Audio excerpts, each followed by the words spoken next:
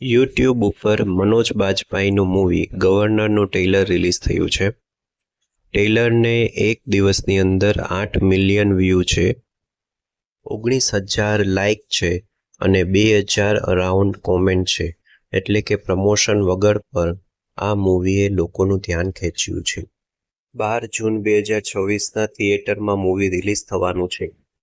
Trailer અને teaser બંને સારા લાગી રહ્યા છે. મૂવીના સૌથી વધુ પ્લસ પોઈન્ટ લાગી રહ્યા છે પ્રેઝન્ટેશન, સ્ટોરી ટેલિંગ અને ડાયલોગ.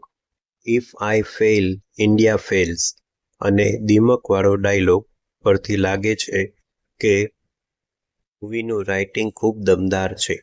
મનોજ બાજપાઈ અને અદા શર્મા આ બે જ મેઇન કલાકાર છે. બાકીના કોઈ કલાકાર મોટા એક્ટર આ મૂવીમાં નથી. એ કદાચ મૂવી માટે નેગેટિવ પોઈન્ટ સાબિત થઈ શકે. એટલે કે મનોજ બાજપાઈએ જ આ મૂવી માટે પૂરું જોર લગાવવાનું રહેશે. ને એ ટ્રેલરમાં દેખાઈ પણ રહ્યું છે. મનોજ બાજપાઈની એક્ટિંગ દમદાર લાગી રહી છે.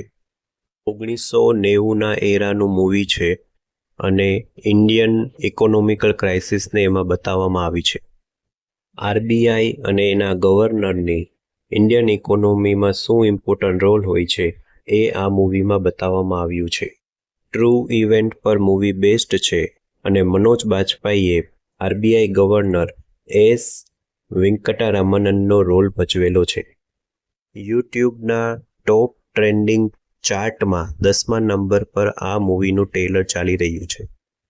ઇકોનોમિકલ ક્રાઇસિસ દેશને કઈ રીતે બરબાદ કરી શકે એવા ઘણા ઇન્ટેન્સ સીન ટ્રેલરમાં જોવા મળી રહ્યા છે. ચિન્મય માંડલેકર મૂવીના ડાયરેક્ટર છે. એમણે ઘણા મરાઠી મૂવી અને શો કરેલા છે. કેરલા મૂવીના પ્રોડ્યુસર કુલ અમૃતલાલ શાહ આ મૂવીના પણ પ્રોડ્યુસર છે. અદા શર્મા રિપોર્ટરના રોલમાં જોવા મળી રહી છે. એ પણ સારી એક્ટિંગ કરી રહી છે.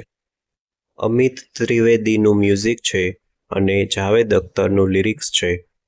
હજુ કોઈ સોંગ રિલીઝ થયા નથી અને સોંગ અને મ્યુઝિકનો રોલ મૂવીમાં કેટલો રહેશે એ જોવાનું રહેશે. જોકે આવા મૂવીમાં સોંગનું ઇમ્પોર્ટન્ટ એટલું હોતું નથી. યુટ્યુબ પર મૂવીના ટ્રેલર અને ટીઝરને સારું હાઇપ મળી રહ્યું છે. હવે એ જોવાનું રહેશે 12 જૂનના મૂવી શું કમાલ બતાવશે. મૂવી હિટ જશે કે ફ્લોપ, તમને શું લાગે છે એ કોમેન્ટમાં જરૂરથી બતાવો.